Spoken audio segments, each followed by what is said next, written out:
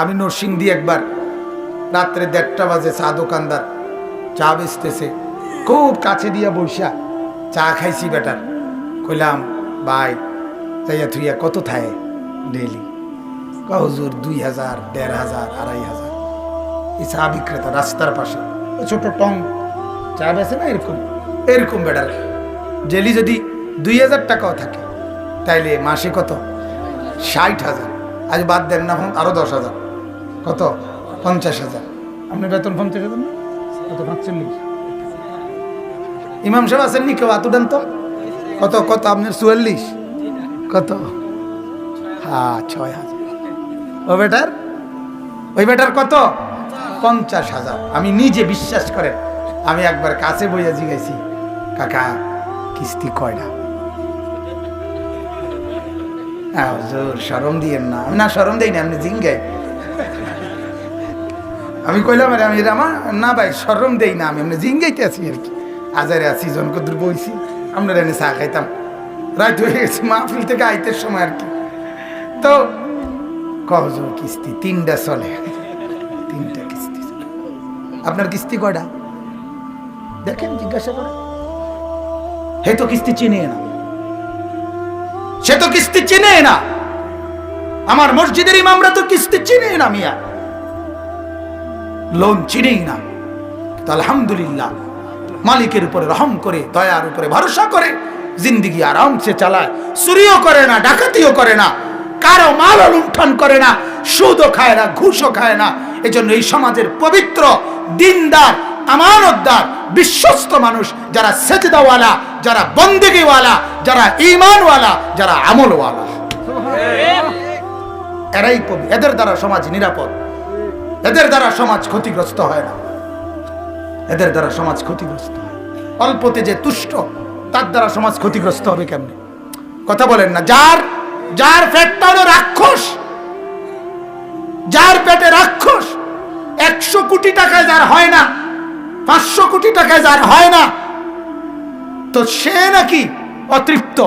6,000 টাকায় যার জিন্দিগি চলে, সে মানুষের দিকে কুনজরে তাকাবে কেন? মানুষের সম্পদ লুণ্ঠন করবে কেন? তার তো অল্পতেই তৃপ্তি। এজন্য কানাত বলা হয় আরবিতে তুষ্টি, অল্পে তুষ্টি। এটা অনেক বড় নিয়ামত।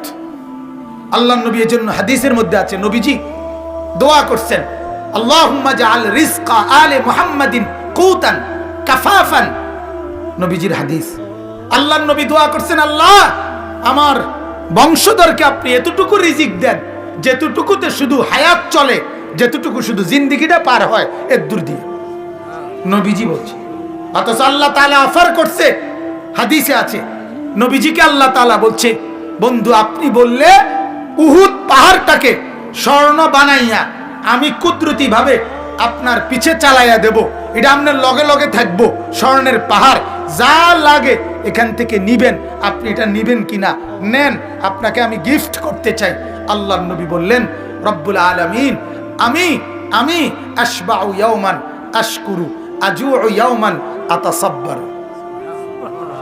আল্লাহ আমি চাই এক বেলা পেট ভরে খাবো, আপনার শুকর করব, আরেক বেলা উপাস থাকবো, আপনার সবর করব। এই যে হাদিস, এক বেলা খাবো, শুকর করব, এক বেলা উপাস থাকবো, সবর করব। আল্লাহুম্মা আহইনি মিসকিনান ওয়া আমিতনি মিসকিনান ওয়া আহশুরনি ফি জুমরাতিল মাসাকিন। নবী বলছেন, আল্লাহ আমি গরিবের সাথে বাঁচতে চাই, আমি গরিবের সাথে মরতে চাই, আমি গরিবের সাথে হাসরের ময়দানে দাঁড়াইতে চাই। আমার উম্মতের সবচেয়ে দুর্বল, আমার উম্মতের দিন আইনা দিন খায়, ওই লোকটাও যেন বলতে না পারে, হায় নবী কি আর, নবী তো ছিলেন রাজপ্রাসাদে, নবীর তো ছিল স্বর্ণের পাহাড়, উনি আমার দুঃখ বুঝবেন কেমনে? কথা বোঝেন নাই? উনি কেমনে বুঝবেন? আমরা অনেক সময় কথা কই না, আপনি আমার দুঃখ বুঝবেন কেমনে? আপনি থাকেন সুখের রাজপ্রাসাদে, আপনি বুঝবেন কেমনে দিন মজুরের কষ্ট কি? আল্লাহর নবী বলেন, না উম্মত, আমি পেটে পাথর বাঁধছি 14 দিন, আমার কোনো উম্মত কোনোদিন বাঁধো নাই। উম্মত আমার 3 মাস ঘরে আগুন জ্বলে নাই, 3 মাস চুলায় আগুন জ্বলে নাই। কাজে আমার কোন উম্মত কিয়ামত পর্যন্ত এর চাইতে বেশি অভাবের অভিযোগ আমার উপরে করতে পারবা না। আমি তার চাইতে বেশি কষ্টে পার করে গেছি। আমি তোমাকে ভাইবা, আমি তোমাকে ভাইবা, আমি তোমার সাথেই থাকতে চাইছি, তোমার সাথেই মরতে চাইছি। নাইলে আমার মাওলা তো আমারে দিতে চাইছিল অনেক, ঠিক কি না বলেন? দিতে চাইছে না অনেক। নবী চাইলে আল্লাহ কি কি দিত? কথা কয় না, কি কি দিত? সব দিত, সব দিত। কি তা আবার বানাইছে তো ওনার লাগে, বানাইছে তো ওনাকে মহব্বত করে, কায়নাত সাজাইছে তো নবীকে ভালোবাসা, তো আবার দিত কি তা? আল্লাহ তো যেন বলতো যে বন্ধু সবে তো আপনার দিলাম, তবুও তো আল্লাহ নবী সাল্লাল্লাহু আলাইহি সাল্লাম আমরা যেন কোনোদিন বলতে না পারি যে আমার কষ্ট কষ্ট পাইলে না বুঝতো কষ্ট কারে কয়, ঠিক কি না বলেন? যে আপনারা অনেক সময় বলেন না হুজুর আপনার গো আবার কি হবো চিন্তা, মানুষের বাইত গিয়া গিয়া ভাত খান, আমরার মতো সিএনজি চালাইলে অটো চালাইলে না বুঝতেন না, আপনি একটা বুঝছেন, আমরা বুঝছি না। আমরা মানুষের বাইত ভাত খাই দেখা আমরা বুঝছি না, নাইলে আপনার মতো হইলে বুঝলাম, হইলে কিস্তি কেমনে লয়, কথা বুঝছেন না? আপনার মতো বুঝলে থাকলে বুঝলাম, হইলে বিড়ি কেমনে খায়, আপনি আমগুলো বুঝাইতে নাইছেন, আমরা বুঝি না। বুঝি না কি? পৃথিবী এমন এক জায়গা, আল্লাহ তাআলার কুদরত এটা, আমি তো এটা সবসময় বলি, পৃথিবী এমন একটা, এখানে উচ্চ শিক্ষিত যা বোঝে, মূর্খ পৃথিবীর ব্যাপারে তাই বোঝে।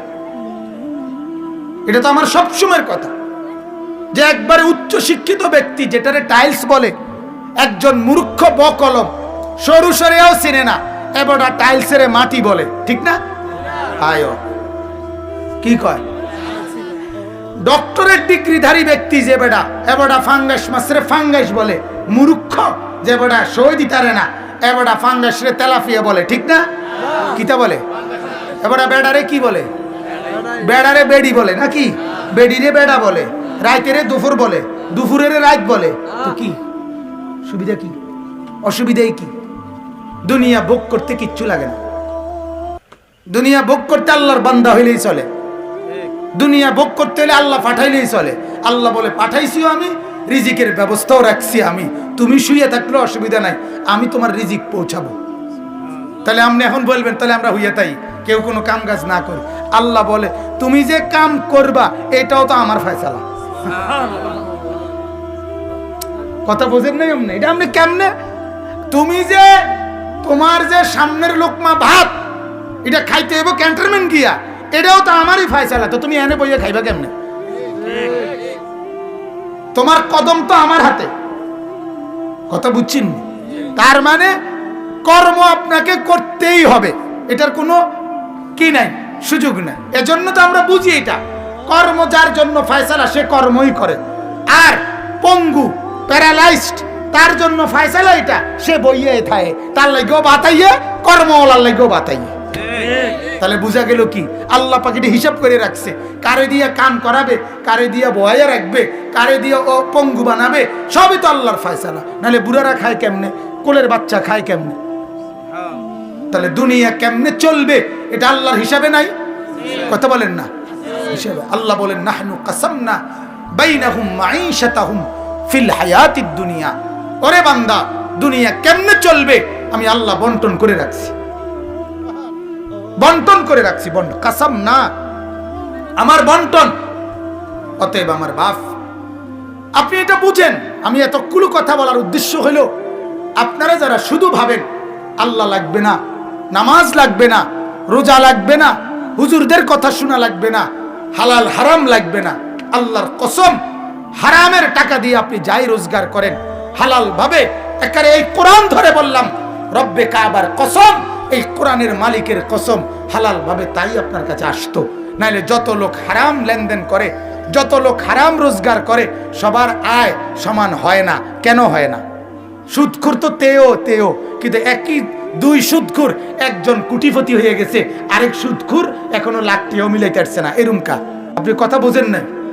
হারাম খাইলেই যে লাভ হয় তো সব হারাম খোর কি হয়ে যেত, এক কিসিমের হয়ে যেত না, এক কিসিমের হইতো কিনা আমি এটা বুঝিনি। আমার কথা, যত লোক ডাকা থাকে সবাই তো টাকা সমান, কথা কয় না?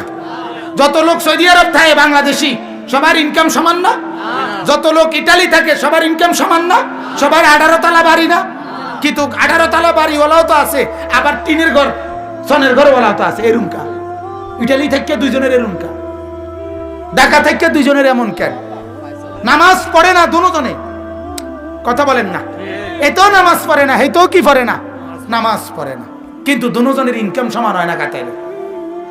আল্লাহ বলেন আমাকে রাজি করো আর আমাকে নারাজ করো, আমাকে মানো আর আমাকে না মানো, আমার অনুগত হও আর অবাধ্য হও, হারাম খাও আর হালাল খাও, জায়েজ করো আর না জায়েজ করো। কসম বান্দা, যা তুমি মেহনতেই করবা, কিন্তু আসবে আমার ফয়সালা যারটা। এইটা যদি আমি বুঝতাম তো আমার আরো লাভ হতো। আপনি করে আর কেমনে কই, আমারটা আমিই কই, আমিই বুঝি এটা। আপনি বুঝেন না এটা, আপনি কথা বুঝতে শেখেন। কেন আপনি হারাম করছেন? কেন আপনি কিস্তি নিচ্ছেন? কেন আপনি সুদ খাচ্ছেন? কেন আপনি সুদ দিচ্ছেন? কেন যুবক আল্লাহকে নারাজ করে দুনিয়ার মধ্যে ডুবে গিয়া দুনিয়া কি পাইলা? কি পাইলা? কেউ 15 দিনে বিদের জায়গা, কেউ 3 বছরও কি পায় না, ভিসা পায় না। এরম হয় কা যে চাইলেই যেমন যায়?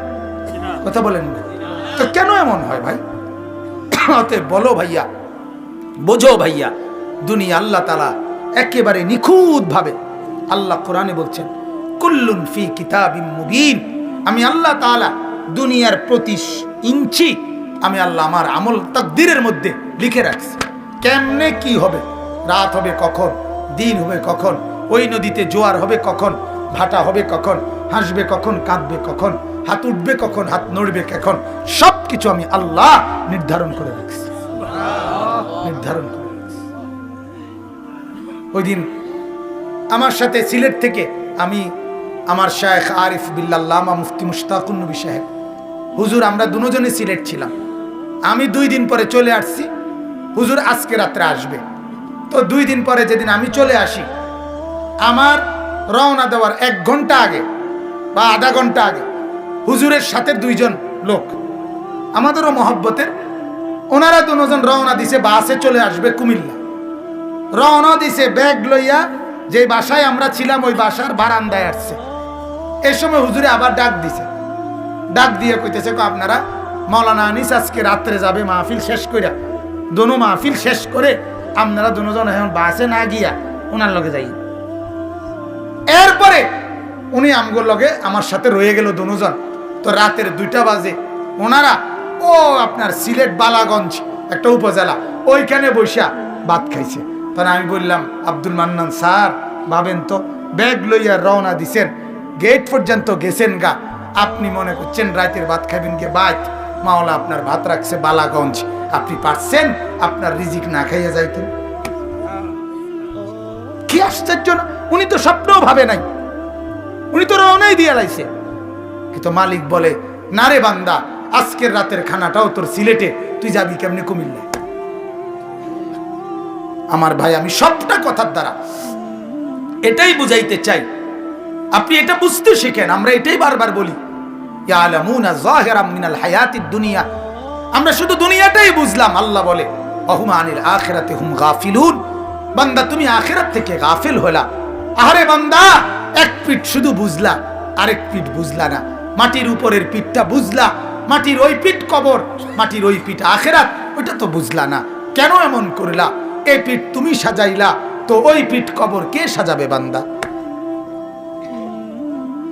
কে সাজাবে? অতএব আল্লাহ তাআলা বলেন, ওই কথাটা বলতেছিলাম, আমাকে ভুলে যায় যে আমি তার জীবন দুনিয়ায় সংকীর্ণ করে দেই। আর ওয়া নাহশুরুহু ইয়াউমাল কিয়ামাতি আ'মা, আমি আল্লাহ তাআলা তাকে হাসরের ময়দানে উঠাবো, হাসরে তুলবো তাকে, যখন সে দাঁড়াবে আ'মা, সত্যি সত্যি অন্ধ।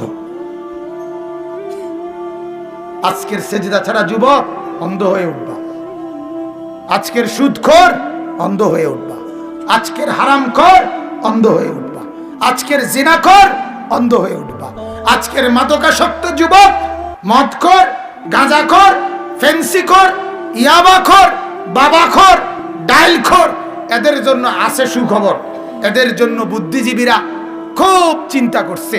বাংলাদেশের 3-4 দিন আগে বুদ্ধিজীবীরা, বাংলাদেশের বুদ্ধিজীবী এক দল, ওনারা সরকারের কাছে প্রস্তাব দিছে মদ, ফেন্সিডিল, এগুলো মদের যত জিনিস এগুলো বাংলাদেশের সমস্ত দোকানপাটে স্বাভাবিকভাবে খোলামেলা বিক্রয় করা হোক। তাহলে খোলামেলা কিনতে গিয়া শর্মে কিনতো না, ফলে মাদকাসক্ত নেশা কমে যাবে। বুদ্ধি, আরে সুবহানাল্লাহ, বুদ্ধি। ও হ্যাঁ, কি বুঝলেন? কি মাথাটা দিছে? না না না, বুদ্ধিটা কি দেখছেন? আমার মনটা চাইছে যে ভাই একজন বুদ্ধিজীবীর বলি যে আমনে শুধু কদ্দুর এই কথাটা, যে বুদ্ধিটা আপনি দিছেন, যে আমরা এনে এই কদ্দুর কম এই জায়গাটা আপনার এই প্রধান অতিথি হিসাবে কথাটা কইতে দিব মাহফিলের মধ্যে। দেখবেন জুতাডি সবাই মুসল্লি শ্রোতা বলবে জুতা প্রত্যেকে দরকার হলে কালকে আবার নতুন জুতা কিনো, আজকে তারা ফিটটা লাগে। ঠিক কিনা বলেন না? কেন জুতা দরকার হলে কালকে সবাই এক লগে, দেবীর দ্বারে এক মার্কেটের জুতা এক লগে কিনবো সবাই, যে ভাই আমরা গতকাল ফতেহাবাদ মাহফিলের শ্রোতা একত্রে আইছি, জুতা কিনতাম, সবটি জুতা ফিটটা লাগছে। কত বড় ডাকাত চিন্তা করছেন? এরা বলে বুদ্ধিজীবী। কি কি কথাটা কি করি? সবখানে বেলে খোলামেলা বেচলে এটা কমে যাবে। বেকুব কি হাটে বাজারে ওঠে? আল্লাহ মাফ করে দেন। তাইলে ওয়ানাহশুরুহু ইয়াউমাল কিয়ামাতি আ'মা, আল্লাহ বলেন হাসরে আমি তোমাকে তুলবো অন্ধ বানিয়ে। ক্বালা রাব্বি লিমা হাশারতানি আ'মা, নাফরমান আল্লাহর পাপী বান্দা আল্লাহকে বলবে রব্বুল আলামিন আমাকে কেন উঠালেন অন্ধ বানিয়ে? ওয়াকাদ কুনতু বাসীরা, আল্লাহ আমি তো দুনিয়ায় থাকতে চোখে দেখতাম। সে অবাক হয়ে বলবে আল্লাহ হাসরের মাঠে কেন আমি কিছুই দেখছি না? আমি তো চোখে দেখতাম মাওলা, আমার তো পুরা মনে আছে আমি 12 ঘন্টা মোবাইল চাইতাম, আমি কত উলঙ্গ ছবি দেখতাম, কত নর্তকী দেখছি, আমি তো সারাদিন ফেসবুকের মধ্যে পড়েছিলাম মাওলা, আমি তো সব দেখতাম, আমি আমার বউ দেখতাম, মানুষের ভিডিও দেখতাম, আল্লাহ আমি সব দেখতাম, আমি হিন্দি সিনেমার নর্তকীও দেখতাম, আমার বাড়ির মাকেও আমি দেখতাম, সবই তো আমি দেখতাম, আলো দেখতাম, বাতাসও দেখতাম, সব চতুর্দিকে তো আমি দেখতাম, আজ কেন আমি অন্ধ হয়ে গেলাম? আল্লাহ বলবেন কাযালিকা আতাতকা আয়াতুনা, বান্দা দুনিয়ায় তুমি তো বলছো তুমি দেখতা, কিন্তু আমি মাওলার আয়াত, আমার কোরআন, আমার বিধান বারবার বারবার তোমার কাছে এসেছিল, তোমার সামনে বলেছিল, ফানাসিতাহা, তুমি সবগুলোকে ভুলে গেছিলা, নামাজ ছেড়ে দিছিলা, রোজা ছেড়ে দিছিলা, জিকির ত্যাগ করছিলা, কোরআন ত্যাগ করেছিলে, হালাল ত্যাগ করেছিলে, পর্দা ত্যাগ করেছিলে, আমি মাওলাকে ত্যাগ করেছিলে। আল্লাহ বলেন কাযালিকাল ইয়াউমা তুনসা, আজ আমি আল্লাহ তোমাকে ভুলে গেলাম, যাও গেট আউট, আজ তোমাকে আমি ভুলে গেলাম। সেদিন দুনিয়ায় তুমি ভুলে গেলা, তুমি ভুলছো আমারে 60 বছর, আমি ভুলে গেলাম তোমাকে অনন্তকালের জন্য। যা যা বেঈমান, যা নাফরমান। তখন কি বলবেন?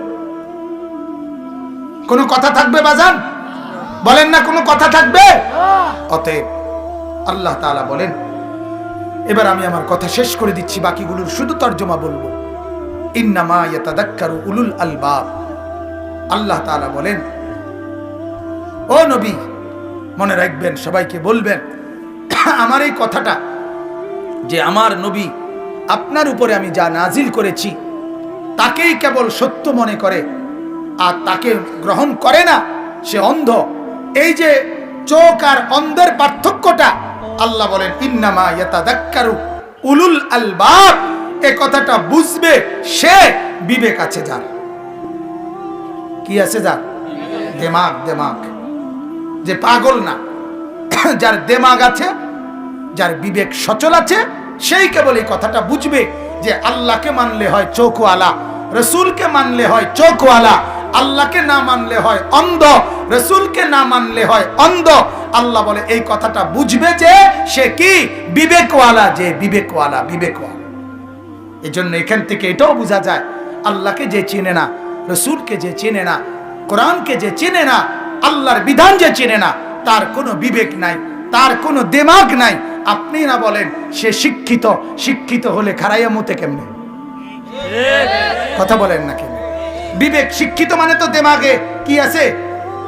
বুদ্ধি বিবেক আছে। তো বুদ্ধি বিবেক থাকলে ফজরের নামাজ না পড়ে ঘুমায় কেমনে?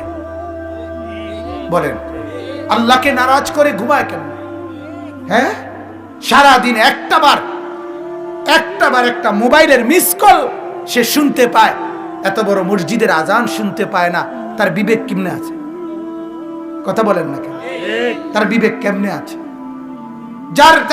যার এতদূর বুঝ আছে, বন্ধুকে পর্যন্ত 2 দিন কল না দিলে বন্ধু রাগ করে, তার এতটুকু বুঝ নাই কেন আমার পালনেওয়ালা মনিবকে 1 সপ্তাহ একটা সেজদাও করছি না, তিনি আমার সাথে রাগ করছেন না? এটা বুঝে না কেন?